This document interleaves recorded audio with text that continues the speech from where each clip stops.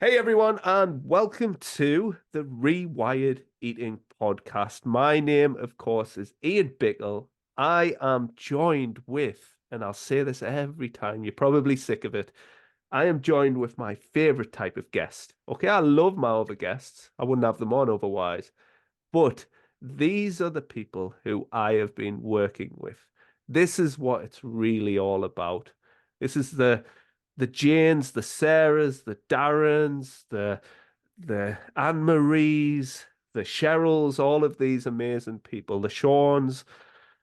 Today I'm joined with the Claire Jones. How are you today, Claire? I'm good, thanks, Ian. How are You you? oh, excited. Excited to share your journey, Claire, because what a journey it has been. Not just us Mhm. working together over the past few months, but as a whole.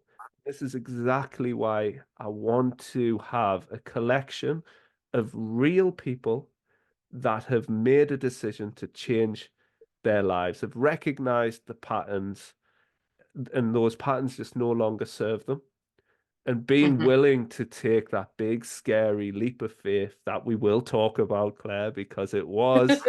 But Yes, it certainly was. here you are, smiling and glowing. Thank you. And um, I want people to feel at ease. So, Yeah. and we Mm. said just off the airs, listen, these podcasts really help people. The way that you listen to Jane's and Sarah's when we first Yeah. started, and they really resonated with you. And I'm like, listen, them by default have just helped you without them even knowing. And you could be that person who helps the next cohort of people who I potentially work with. So I just want to, in advance, thank you very much for being here, for being authentic, for being vulnerable and sharing your story. You're welcome. Are you ready? Ready as I'll ever be. Ready. Beautiful. Claire, I want you to just kind of go back to the start. Like, where were you before we started working together? And like, give us a little bit of a brief history about all of this. Yeah. Well, I suppose my journey before you was a bit of a roller coaster ride. I'd tried Slimming World, I'd tried Weight Watchers, I'd tried keto, I'd tried fasting, I'd tried the RH fitness, tracking your calories, calories in versus calories out, that sort of stuff. I'd even gone so far as to go and have a balloon fitted to try and lose the weight that I had put on and accumulated over the last 10, 15 years. Um, the most extreme of that obviously was the balloon, which was only a couple of years ago. Um, I went, well, it's not even that, it was about a year and a half ago. I decided that I needed to do something to try and get rid of the weight. I had some health issues going into lockdown. I had lost quite a bit of weight before then. I'd lost about 2.5 stone doing Slimming World, and I was quite happy. But I could feel the weight starting to creep on. I had some health issues that I wasn't aware of. I was getting bloated, that sort of thing. And then in 2020, in the lockdown, I was diagnosed with ovarian cancer. And that was the reason for all the bloating and feeling lethargic and feeling basically crappy. Um, and so that was a bit of a blow. Had the operation to take everything away. A few other bits had to be done at the time. And then I had to go, once I had healed, I had to go through chemo. I had to go through chemo every 3 weeks, which was horrendous. I would never wish that on my worst enemy. It is not something that is pleasant to go through in any shape or form. Um, but luckily for me, the chemo and having the operation worked. And when I finished my chemo, I had my final scan, and they said, "That's it, Claire, you're cancer free." So that was a relief, to say the least, and it gave me this sort of new lease of life, so to speak. I had the year before, I had split up with my 28-year marriage. I'd split from my partner. So all of this had happened within like a space of like 2 years. And then, so like I say, I thought I've got a new lease of life. This is it. This is me. This is my life. I'm going to get to where I want to be. I want to be where I was before. I want to be this new Claire. And it didn't happen. It just didn't happen. Me and I had been put into full-blown menopause, obviously, by having the hysterectomy and everything. And anything that worked before just didn't work at all. Nothing worked. So that's why I took that drastic action in 2022 to have a balloon fitted. It was a temporary one for 6 months, wasn't a permanent one. It was a temporary one. Went over to Prague. My current partner paid for it for my Christmas present. So we went over, had it done, and I was quite ill afterwards. I couldn't keep any food down. I lost weight. I lost 1.5 stone. And I was thinking, well, I've lost the weight, so that's good. That's really good. I've lost the weight. I might not feel good about, and I might not feel good or have the energy to do anything, but I had lost the weight. So I felt happy that I had lost the weight. Went back 6 months later, April last year, to have the balloon taken out. And all of a sudden I could eat again without being ill and feeling sick and feeling lethargic or anything. I could actually eat, and I was starting to eat my food again, my proper food, having my salads, my protein, that sort of thing. And the weight just all went back on. Everything went back on, and then I just plummeted into this sort of unhappy space where I didn't want to go out. I didn't want to do anything. I felt embarrassed because I had done this, and everybody had said, "Oh, Claire, you're looking great. You've lost loads of weight. It's done you the world of good. You know, after everything that's happened to you, this is the new you."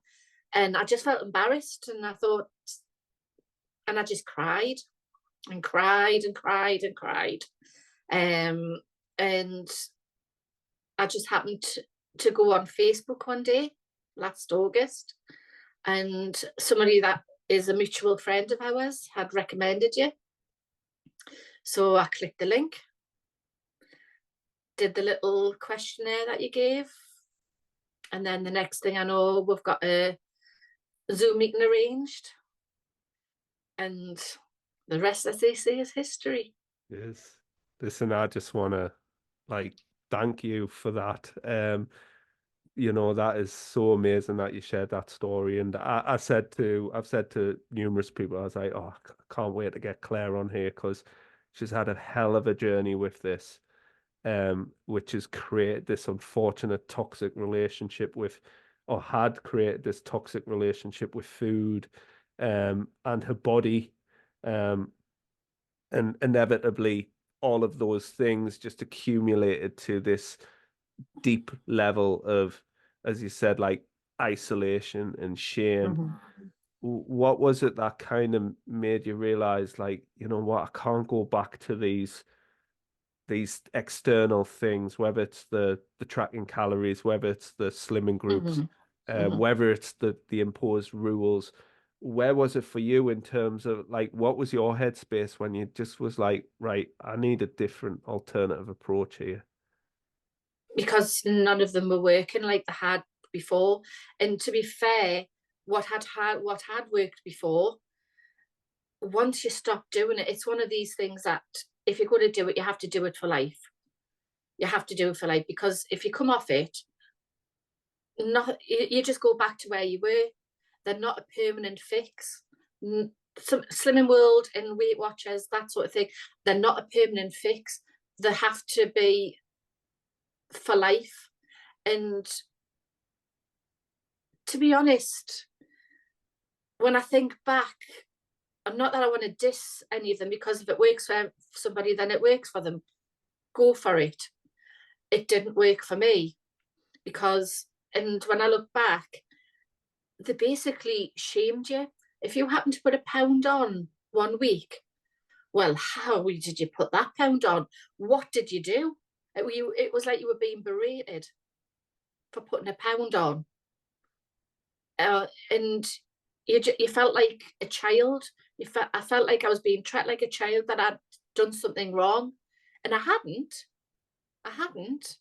It's just, and I know that now, I realise that now, obviously from our conversations, how we've been. But at the time, I just used to think, oh God, what have I done wrong? You know what I mean? And like the next week, I would like really be strict with myself, and I wouldn't have cake, I wouldn't have sweets, I wouldn't have any wine.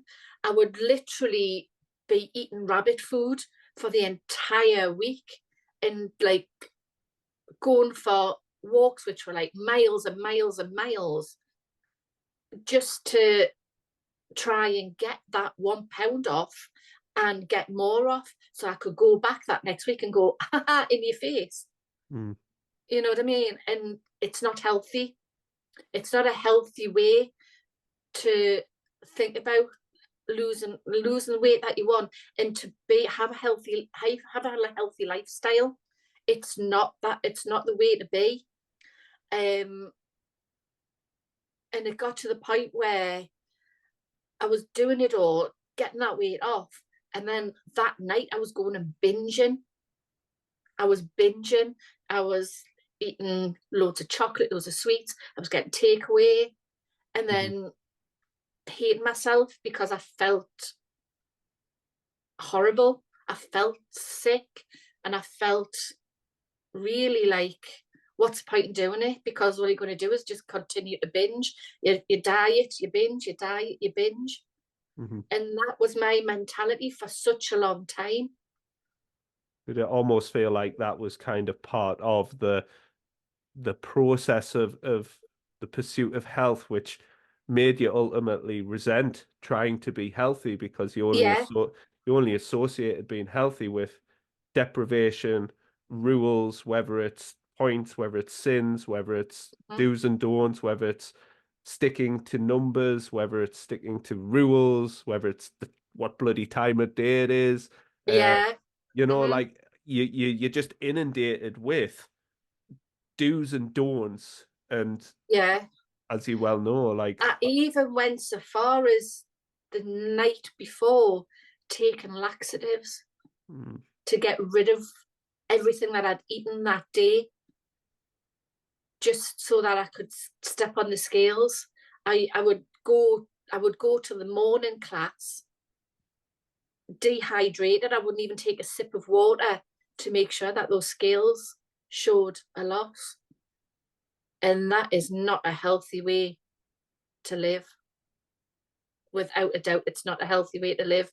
And it's taken me hitting rock bottom and feeling worthless to get to where I am now with you, basically. and I just want to like stay on where you were in terms of like even the mind frame that you were in is like you had the Yeah. balloon fitted and you were ill for pretty much 6 months. Yeah. You couldn't eat.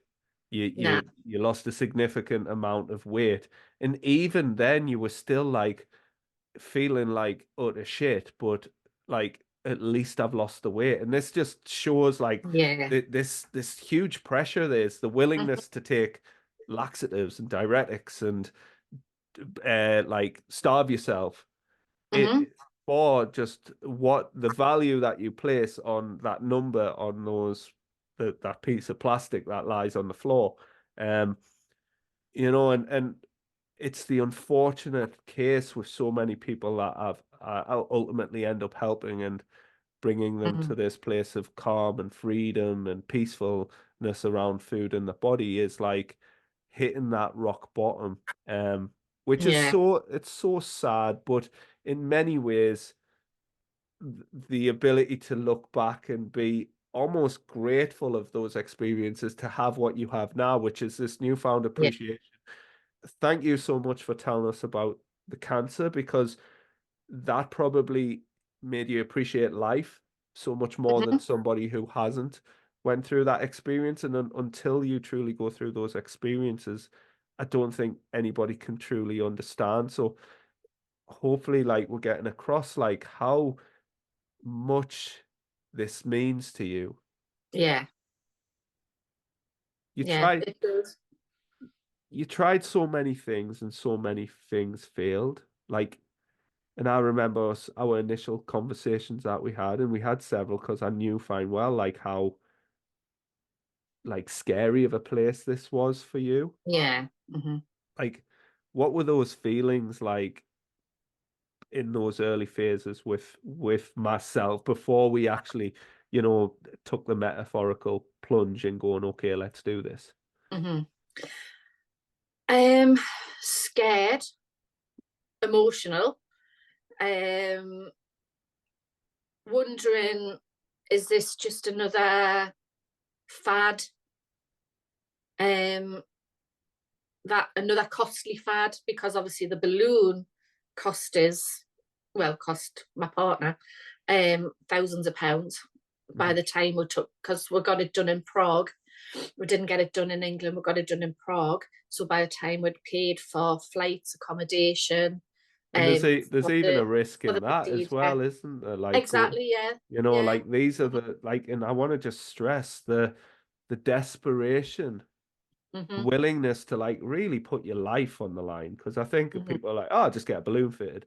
I'm like, you realize someone's fucking going in you with a scalpel and putting shit in you that's not designed to be in there. Your body's Yeah. going to try and reject it.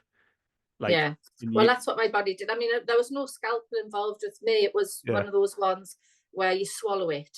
All right, yeah. Yeah. So you swallow it and it goes in. And then you have, but the one that I had to have done, because there's different types of balloons that we can do. This mine was one that you swallow, but it has to be taken back out again.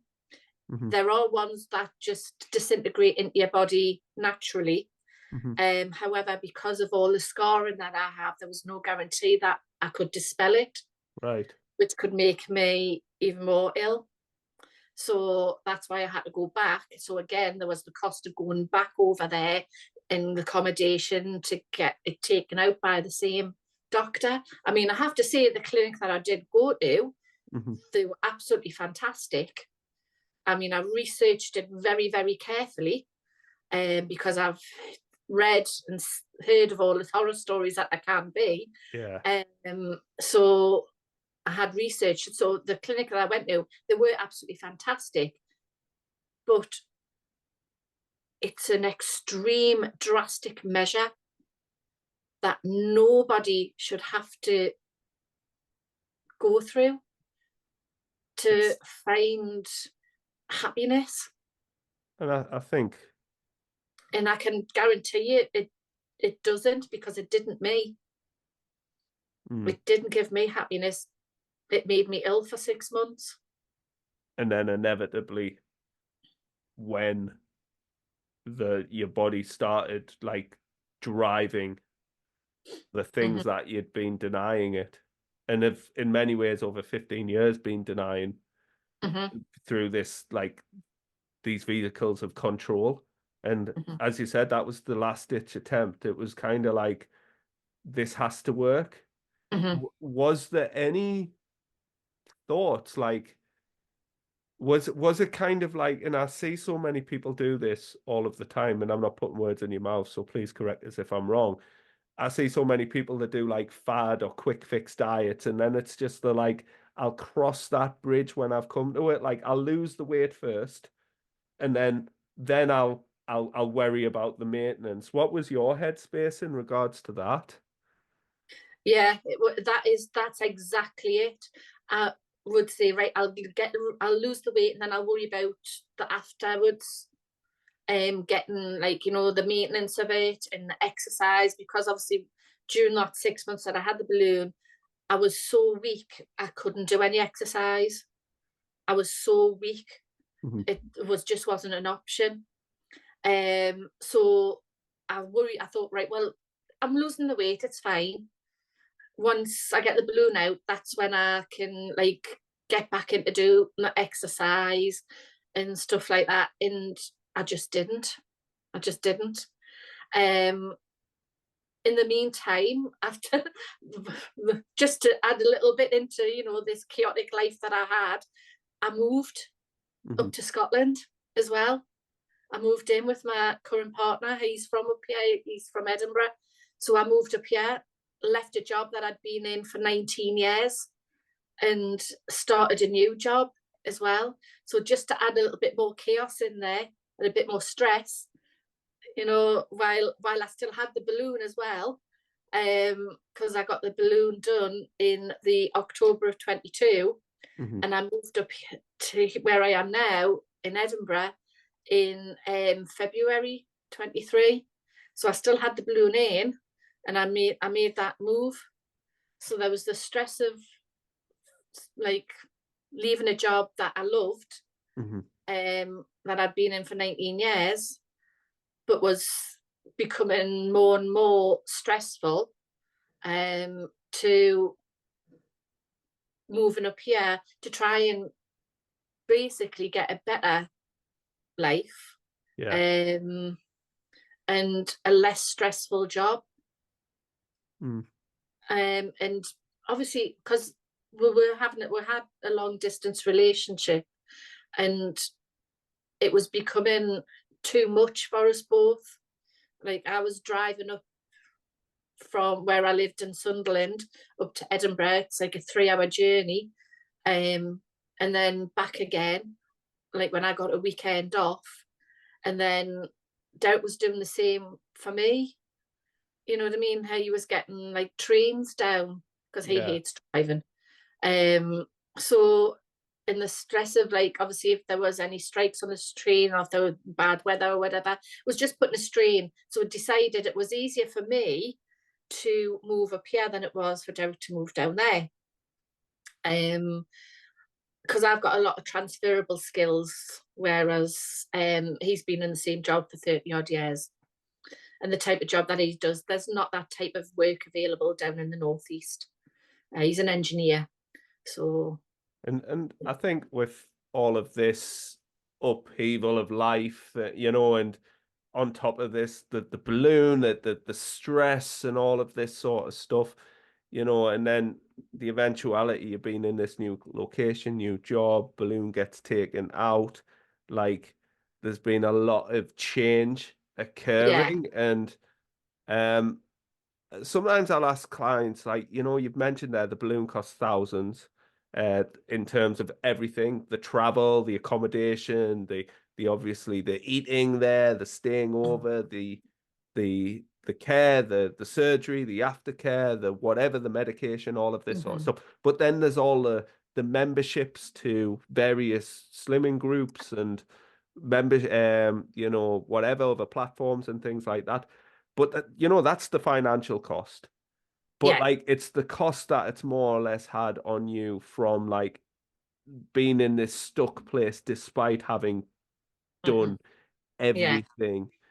I want to move forward a little bit to like where the beginning phases, because you said you were Yeah. just very anxious. Is this just another bullshit thing? Because if you've been like essentially traumatized time and time again by this diet Mm-hmm. culture in industry and fitness, I totally appreciate that people are going to be skeptical about myself. Yeah. So Mm-hmm. what for you was really different that made you kind of, warm to this and ultimately move forward? I think for me, I was so physically and emotionally exhausted with diet culture that when we had our when I obviously got the questionnaire that you do, and I looked at it, the questions that you were asking, that you're asking that sort of like make you really think. And if you're not truthful in it, there's no point in having a relationship like what we've got. You have to be truthful with it. And for the first time in my life, I thought, if I'm going to get the help that I'm looking for, then I have to be truthful with everything. So I literally put everything down in that. Literally put it down. Exactly how I was feeling, what I was doing. And I mean, even Derek didn't even know half the stuff that I was doing.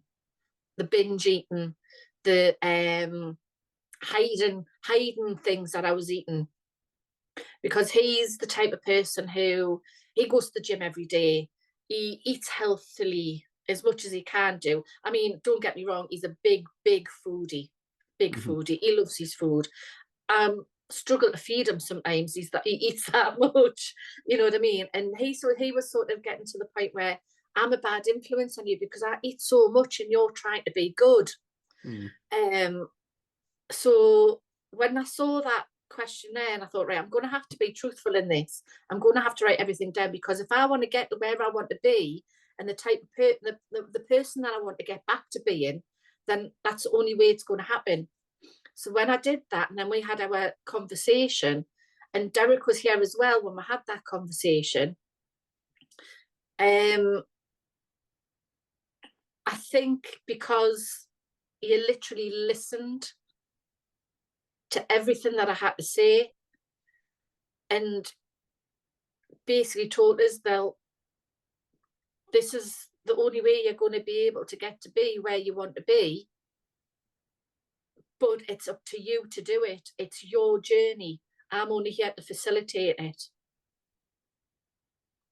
And the fact that, like I say, I'd done so many other things, and I'd been in these like little groups where you pay 70, 80 quid a month and got a group session at the gym, and given a diet sheet to do, a generic diet sheet as well. It wasn't like specifically for what your needs are. Whereas with you basically say, read this, watch this, see what you think of it. Is this where you want to be? Is this what you want to do? It's your journey. It's up to you to make it what you want it to be. I'm here to facilitate it for you. I'm here to help you, but it's all yours. And nobody's ever done that to me before. And this is where I cry.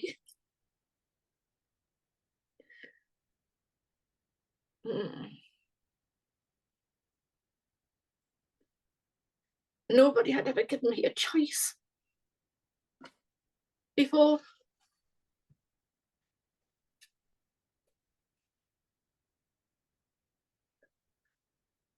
Sorry. No. Listen, I'll come in because this is a podcast. If Claire and I are on a coaching call, which this is hugely emotional. This is a huge journey. I mean, I can feel myself like getting emotional too, is because like this takes so much away from people. It's just so bad, and like for you to say that you know what, like you felt like you just didn't have a choice. It was moving from just variations of the same thing. It didn't matter whether it's it really was. It was just different versions of the same thing constantly. And the fact that when we had our conversations, especially in the early stages, it was like, how are you feeling? what do you want to do? What do you want to get out of things? Rather than being talked at, you let me express rather than you telling me what I had to do. You were asking me what I thought I had to do, what would make it the best journey for me. And everybody's journey is different. There's no generics about it. And the diet culture it's all generic. It is all generic. I think a huge, like, I want you to tell everybody about that kind of, like, you know, you've mentioned there the choice and the kind of the way that Yeah. I want to help people, which is in reality allowing them to help themselves. You've become Yeah. so you become so dependent, and I've spoke to you in coaching calls, you know, and it felt like at the beginning, um, Yeah. you know, it was like speaking to that inner child versus like now sat before me is this woman, Mm-hmm. and she had a lot of emotions to release. She had a lot of pain, a lot of trauma, a lot of things that she needed to process, and it wasn't for me to interject. And Mm-hmm. if Mm-hmm. this was a coaching call and you were crying, you know, fine, well, I just leave you to it, Yeah. you know, Yeah. for the amount of time that you need. Mm-hmm. Yeah. Um, and I just want to again say thank you for sharing what you are sharing right now, because I know there's so many Claire Joneses out there that are Mm-hmm. sick, but that they don't know any alternative. Mm-hmm. And I want you to like speak about the alternative of like, you know what, you got this choice, you got this autonomy, you've got this self-belief. What is this? I mean, what really surprised you mostly about kind of the way that we operated within this relationship?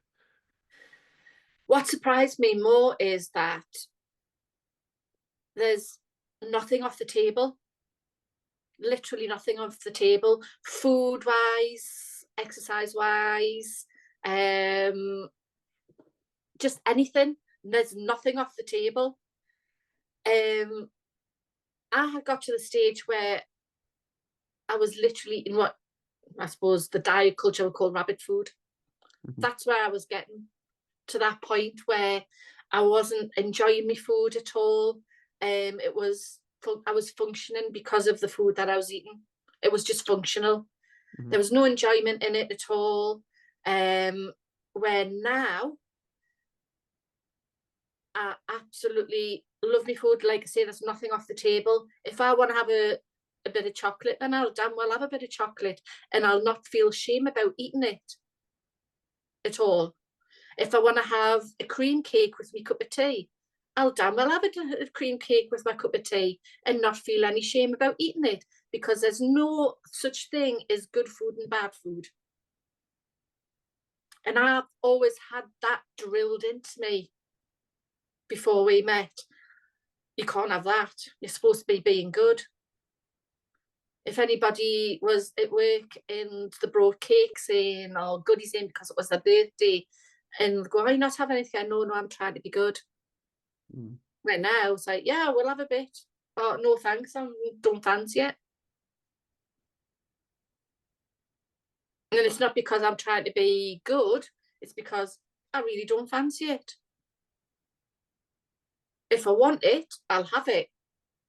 But if I don't want it, I'm not going to force it down my neck. And that's another thing as well.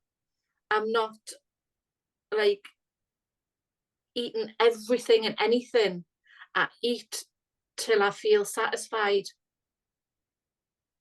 If I leave something on my plate, I leave something on my plate.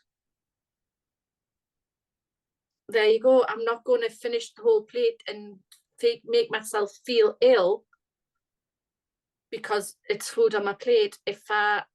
Have, if I misjudge the portion size that I'm comfortable with, then I'll just leave it. more time, 10 times out of 10 directly eat it, but there you go. But yeah, it's just the way that realization, Mm-hmm. that absolute realization, like a light bulb moment, that food isn't the enemy. I always like to ask this because I think still when I start with most people, they enter this relationship still with the dieters mentality. And Oh yeah. when I Mm-hmm. yeah, they're like, oh yeah. And when I start this, I'm gonna say, listen, you've got to remember this is a process, all right? And you're gonna enter this process with the mindset that you've cultivated over 10, 15 years in your case, but often 20, 30, 40 beyond with other Yeah. people. And I'm like, so your mind is going to go down the rabbit holes it's always went down, and it's already going to kind of plot out the potential pitfalls because that's what you've conditioned it to do. So Yeah. what were your what were your original like thoughts of what this was going to be? Was it like Ian's going to give us the secret, the magic blueprint that I can stick to and be good and controlled? Where were your thoughts like when we first joined? What did you think would happen? Yeah, in the beginning, when you said that you're going to be sending us podcasts and videos and little exercises to do, I was thinking, oh, here we go. Here comes the control bit. This is what you want to do and everything. But then when they came through, read them, the little exercises that you obviously give us all to do, they were literally all about me, not about what you want me to do. It was making me think of what I want to do. So in the beginning, I was like quite anxious about it and thinking, is this really for me? Is this going to be what I'm looking for? Mhm. And I mean, from the first couple of sessions that were had, Zoom sessions that were had, I was still quite reserved and I held back. Mhm.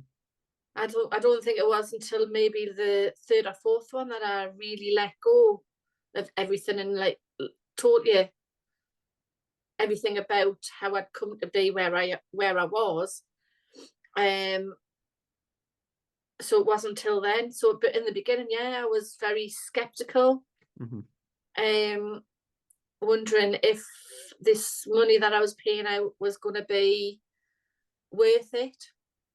Or just another waste. Yeah, uh-huh. And by the way, when Claire refers to as exercises, all right, that I sent her, these weren't like me telling her to do squats and lunges Oh and God, no, no, yeah, yeah. no, no, no. They They're like yeah, written, like written, like things. Yeah, so the mindset aspect of this, and this is a huge like kind yeah. of part of the shifts that we make.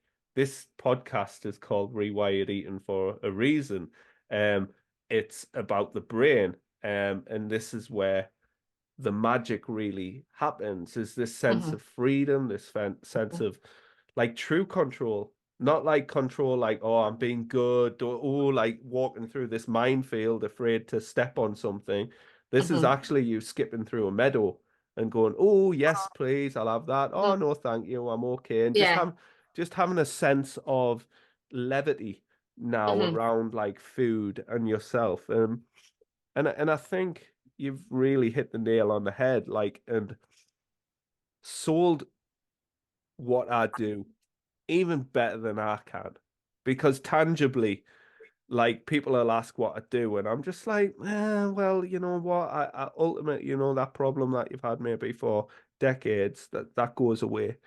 And I'm like, until you've experienced those feelings, and a lot of the people, and I'm just saying, listen, I will give, if you do the work, you will have that sense of freedom if Mm-hmm. you do the work. The work, ironically, has very little to nothing to do with food. Mm-hmm. Like I know. Well, food's this is piss it. easy, isn't it? Oh yeah, the food part of it is the easy bit. Definitely, it's getting yeah to getting yourself to change your own mindset. It's getting your brain to completely do a 180 Mm-hmm. and think completely opposite to what it's been programmed. to think and do. And that's scary in itself Oh because, God, yeah. you know, it's stepping into the unknown. A big part of the Hmm. work that we do together is getting you to take that brave, scary step.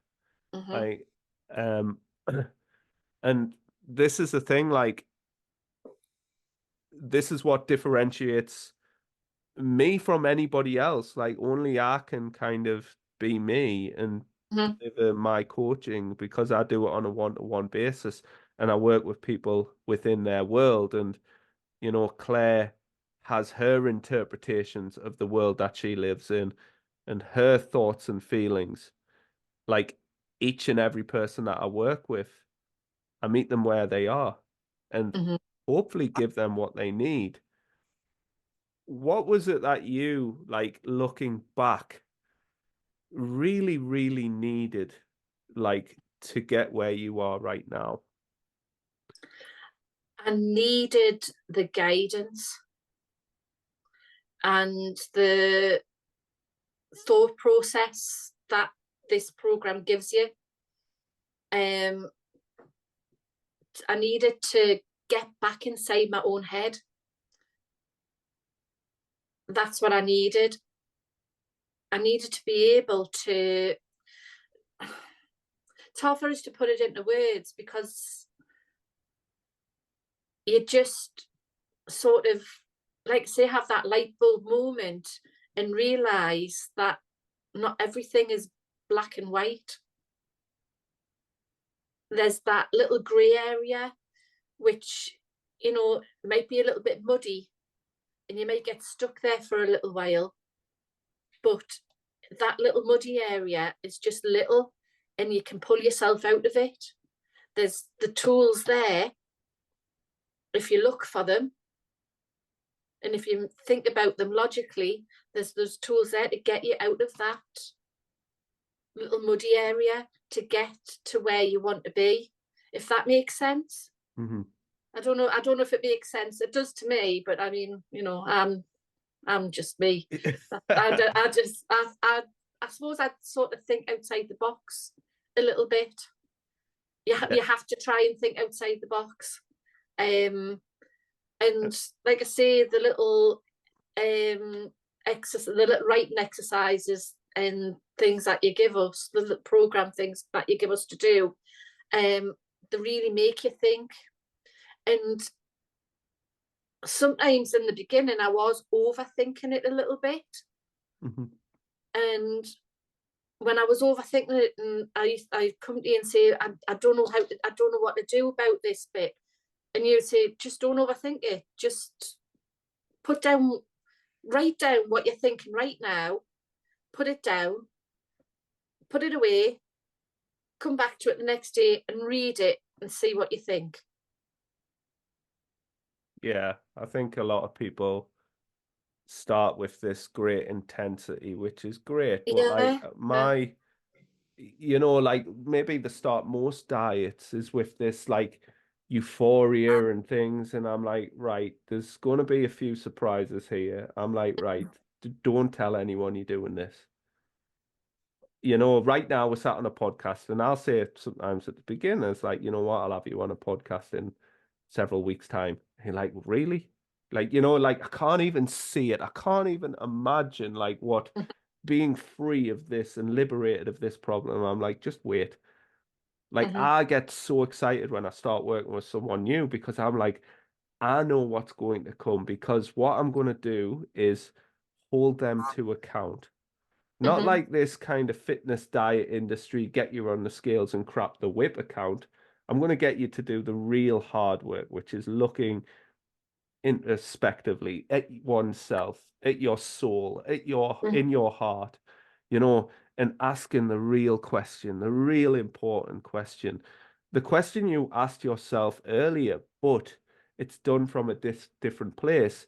Is Mm-hmm. is what's the point? You know, Yeah. what is the point? What is your why? What are we moving towards? Because your point on this earth is not to just wait cycle and be, you know, stuck to it and chained to an app and Mm-hmm. or like diet rules and amongst people just doing diet bullshit talk, boring, boring, boring. It's like, what do you want from your life? Who the hell is Claire Jones? And by the way, like obviously those binge episodes of emotional eating, we look at the old Claire, and that was something like, because Claire, you've had ups and downs with this program, which is the best ingredients we can hmm have, like ups and downs in life and illnesses and things. And hmm the question was like, hey, what would have old Claire been doing right now? Yeah. hmm Yeah. Old Claire would have said it, where now this Claire says, yeah, okay, you've had a little blip. Mhm. You you know what you need to do. You know where you are. Just keep going, and you'll get back in the flow, back in the flow. And I think the more we condition the brain to be able to process what may be considered blips hmm as just as they are, like, and I've got this little expression is like, people turn drops in the ocean into massive tsunamis.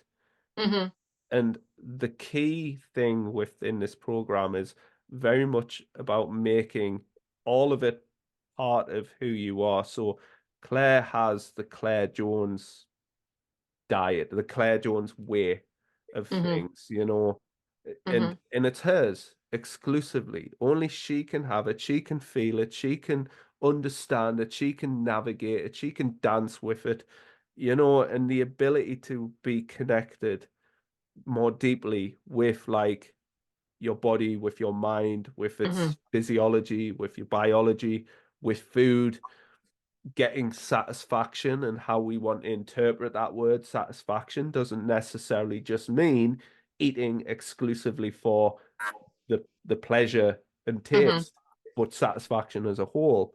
Um, Yeah. and these are like that gray area, that muddy area, that sticky in between that Yeah. people don't like to tread because it is like people want to be told what to do. Yeah.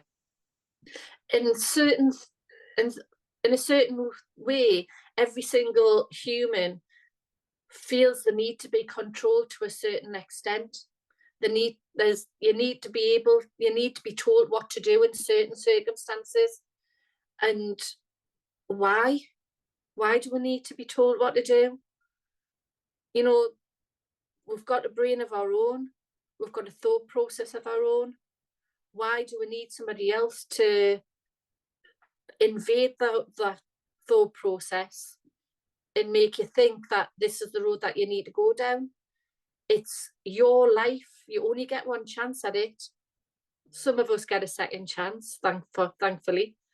Yeah, my time wasn't up yet, but you only get one chance at it, and you have to make it work for you. If you want to have true happiness and be your true self, it's you that has to make that. Nobody else can do it for you. Nobody else can make your life what you want it to be. Only you can do that. Yeah, and this what this really allows you to do is for listen, food and this perpetual cycle that you lost in just to be not be a thing. So now you can go out and eat.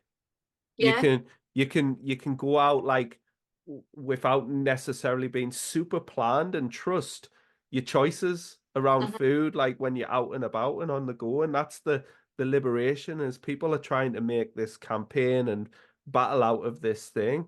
And listen, I'm not saying like don't prepare your food, but don't you do it from this different place. You do it from an empowered Yeah. place. You do it from a place of like genuine like want and know why you do that.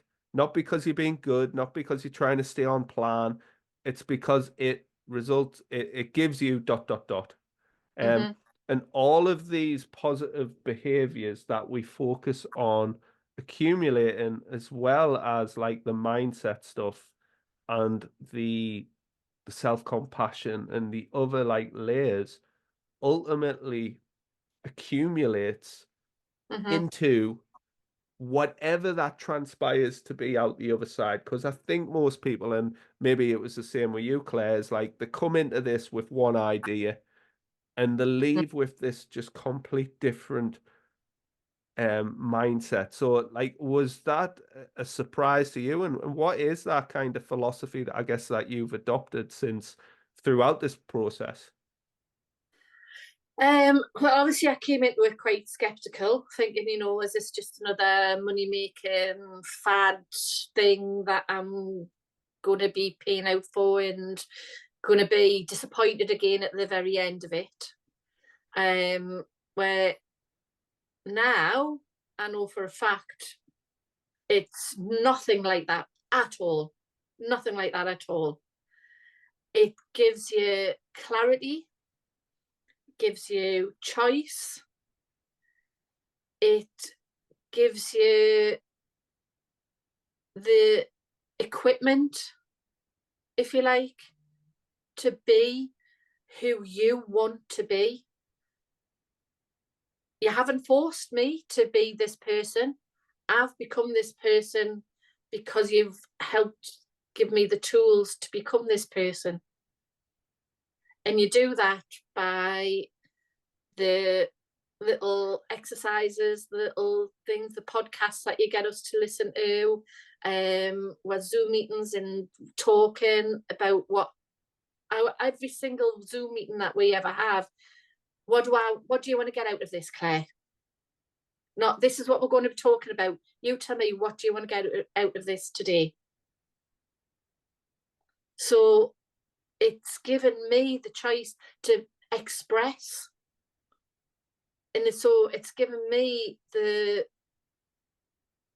clarification that I need, that I don't need to have somebody tell me what I need, what I want to do, what I should be doing. I don't need that. I'm my own person. I can do what I want to do. And I don't need to feel shame about what I'm doing or what I've done. That old Claire is in the past. She's never coming back.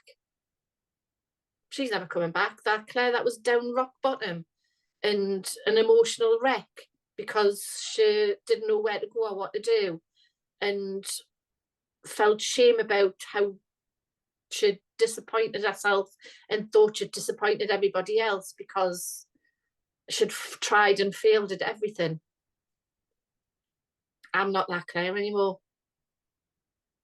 Some things won't work. Fine. Crack on the next thing. And that's in life in general, not just in the intuitive eating, like this part of it of my life. For me, anything, I'll just go for it. If I want to do it, I'll just go for it. If I fail, so what? I'll do it again. I'll do something else then. I think that's the real thing that we're getting you to understand is like, you mentioned intuitive eating, and I said like sometimes with like these programs, people will jump in and they're promising the world, but they're still just like a variation. They're still dieting and controlling you. Like intuitive eating's a big part of what I do. And the great thing about intuitive eating is like, when you're coaching with someone, when you're working with someone, and you're allowing them to process and reflect on the experiences that they're having with food, that's when you can develop intuition and redevelop the intuition that's been lost over the years of like external messages. And it can still feel a little bit emotionally challenging because you, of course, have been like told good food, bad food, do this, don't do that. When you were talking there, I was imagining like little girl Claire, like, being given a hug and just let the play, just allowed to like just, do what she wants to a certain extent instead of being held down and told no and like controlled. It's almost like that liberation of going, oh, I get to do what I want. And this is fundamentally what it's about. This isn't a food problem. This is an emotional problem that I want to liberate you from. Let's if people are just going, oh, like weight loss, I'm like, yeah, these things will result in this physical thing, but like you are more than this just physical thing. And Yeah. and if the foundations that you have are shocking, then any of those external things are just going to inevitably result in where you have ended up, if not worse. So Mhm. spend a duration of time like Claire's done. Just going, okay, then I'm going to start focusing on the important stuff. Mhm.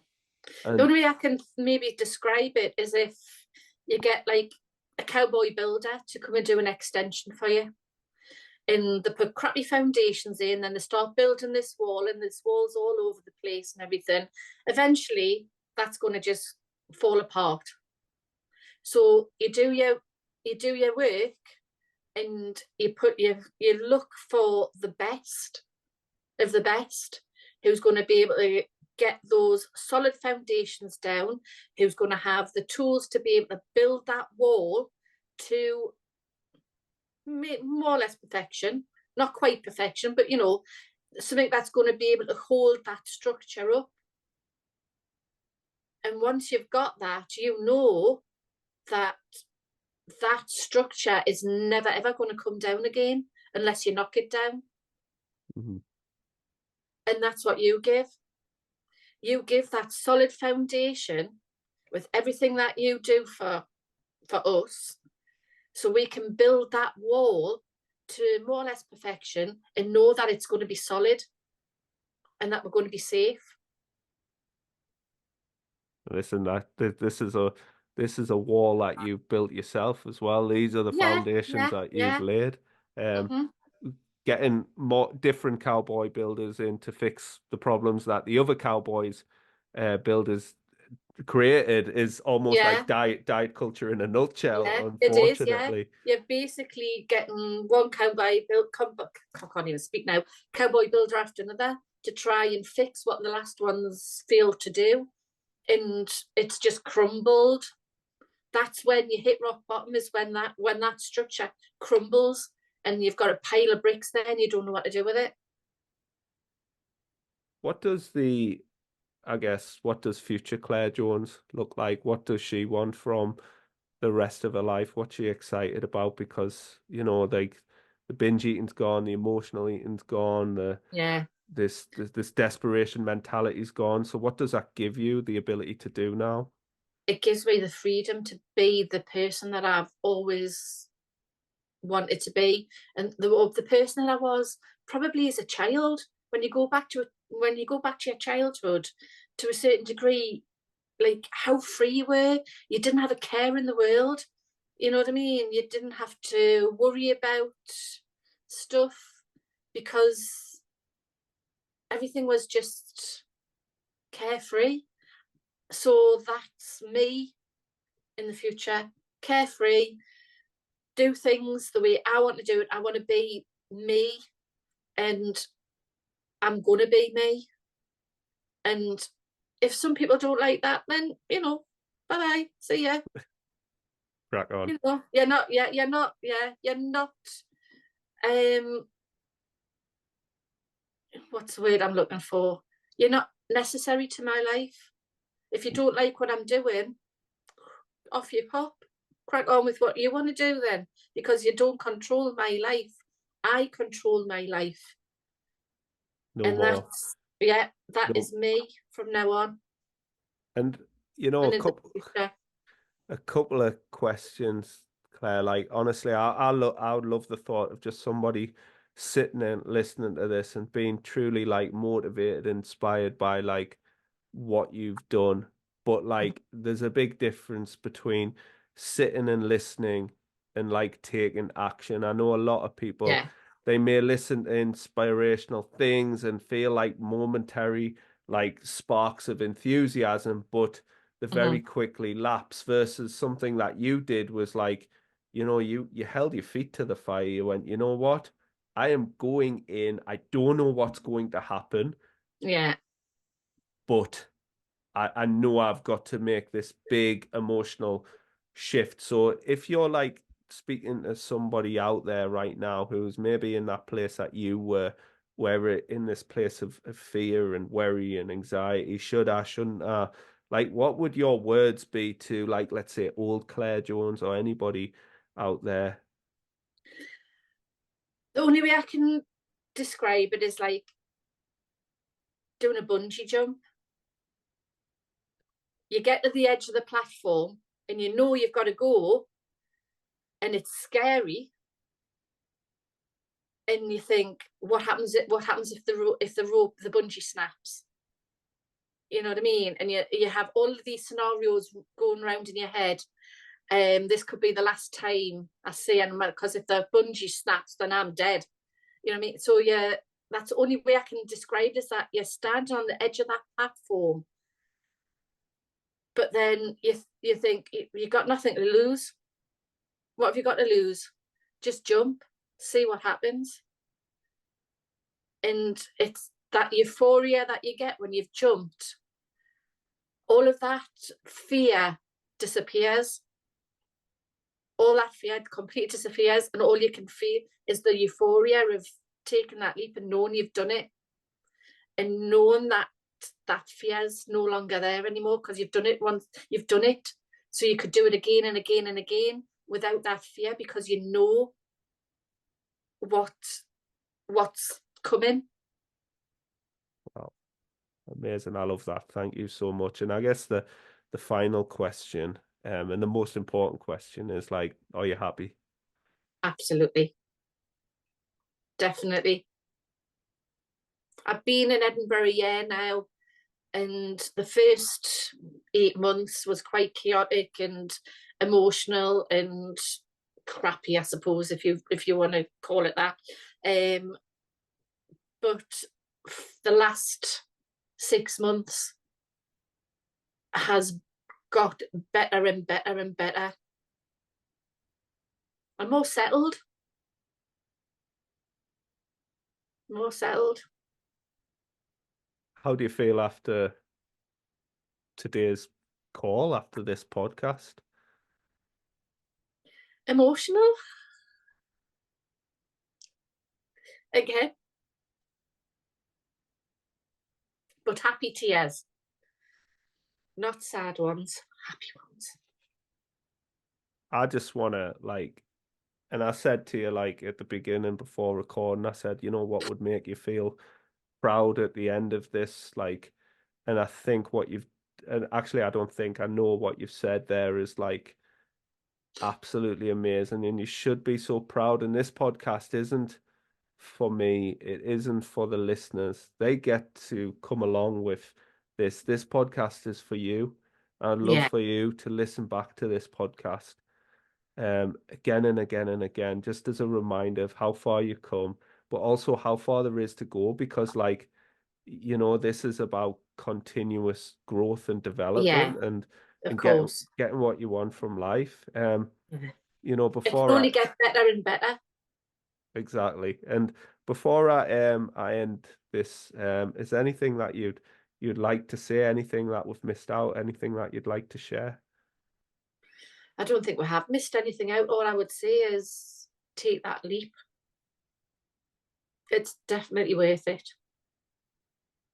Well, Claire, thank you so much. Thank you for being so brave in terms of taking the leap. I know it can feel like a leap to a lot of people. That's how the brain works, and that's what we're here to Yeah, rewire. Um, you know, exactly. if you are interested in taking that leap, listen, there's plenty of conversations occur before that leap is taken. So just reach out. The questionnaire Claire's referring to, I will put in the show notes. It's just my diet scorecard. It'll just help establish where you are right now. But just finally, I just want to say a huge, huge thank you, Claire, for sharing that with us today. And I'm sure so many people are going to take huge amounts of value from it. Oh, you're welcome. It's been great. I've enjoyed it.